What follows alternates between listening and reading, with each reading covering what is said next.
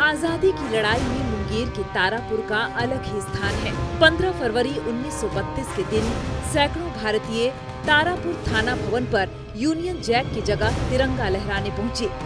अंग्रेजी सरकार ने उन्हें रोकने के लिए फायरिंग शुरू कर दी, जिसमें 34 देशभक्त शहीद हुए और सैकड़ों गंभीर रूप से घायल हो गए। लेकिन आजादी के दीवानों ने थाने पर तिरंगा फहराकर ही दम लिया। इन 34 अमर सेनानियों में 13 शहीदों की ही पहचान हो पाई। अन्य 21 शहीदों के बारे में आज भी कोई नहीं जानता कि वे कौन थे। स्थानीय लोगों की मांग है कि तारापुर की इस धरोहर को राष्ट्रीय धरोहर घोषित किया जाए और शहीदों को राष्ट्रीय स्तर पर सम्मान मिले। 15 फरवरी 1932 ईस्वी को आज़ादी के दीवाने हाथ में तिरंगा लिए भारत माता वंदे मातरम के जयघोष के साथ तारापुर थाना भवन से यूनियन जैक उतार के सर्वप्रथम भारत का तिरंगा लहराया था, जिसमें 34 वीरों ने अपनी शहादत दी थी। इसमें और भी वीर हमारे देश के जो शहीद हुए थे, लेकिन 34 वीरों की पहचान हो सकी। और विगत वर्ष जो है प्रधानमंत्री नरेंद्र मोदी जी के द्वारा भी जो है तारापुर की शहीदों की चर्चा मन की बात में की गई है। उस समय से जो है ये पूरा देश जो है तारापुर के शहीदों को याद करता है। मन की बात में प्रधानमंत्री नरेंद्र मोदी ने यहाँ को राष्ट्रीय स्तर पर इनके घटना को प्रचार प्रसार किए हैं। इनको जो राजकीय मेला के रूप में इसको घोषित किया गया है, यह शहीदों के लिए सम्मान नहीं हो सकता है जब तक कि इनको राष्ट्रीय मेला के रूप में इसको घोषित नहीं किया जाता है। जिस दिन राष्ट्रीय मेला के रूप में इसको घोषित कर दिया जाएगा, यही सच्ची श्रद्धांजलि होगी शहीदों की।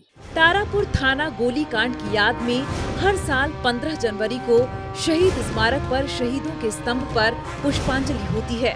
15 फरवरी 2022 को बिहार के मुख्यमंत्री नीतीश कुमार ने 2 करोड़ की लागत से शहीदों की याद में शहीद स्मारक व पार्क का निर्माण कराया और इसे हर वर्ष राजकीय समारोह की तरह मनाया जाता है। प्रशासन ने इसके लिए तैयारी भी कर रखी है, लेकिन स्थानीय लोगों का मानना है कि इस गाथा को और मशहूर होना चाहिए और इस शहीद स्थल के संरक्षण का प्रयास होना चाहिए। लोग यहाँ पर आएं, इसकी लाइब्रेरी समृद्ध हो, लोग इस गाथा को जान सकें। और मुख्यमंत्री जी ने भी घोषणा किया था कि तारापुर शहीद की जो गाथा है वह पाठ्यक्रम में शामिल किया जाएगा।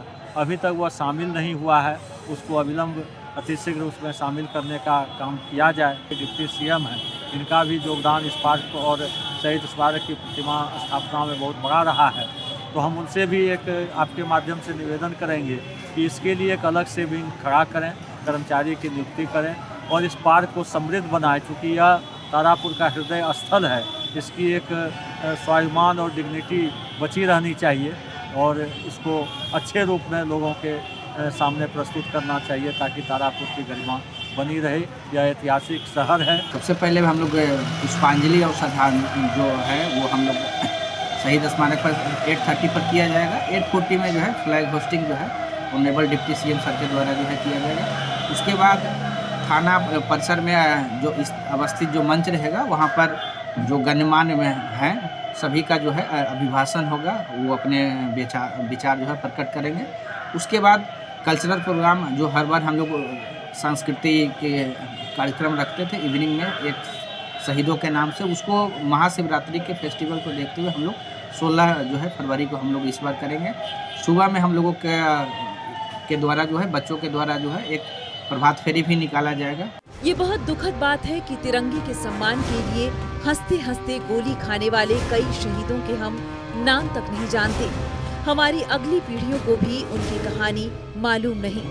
ऐसे में ये जरूरी है कि बिहार के इन वीर सपूतों की गाथा पाठ्यक्रम में शामिल हो और उनकी शहादत को पूरा राजकीय सम्मान और पहचान मिले।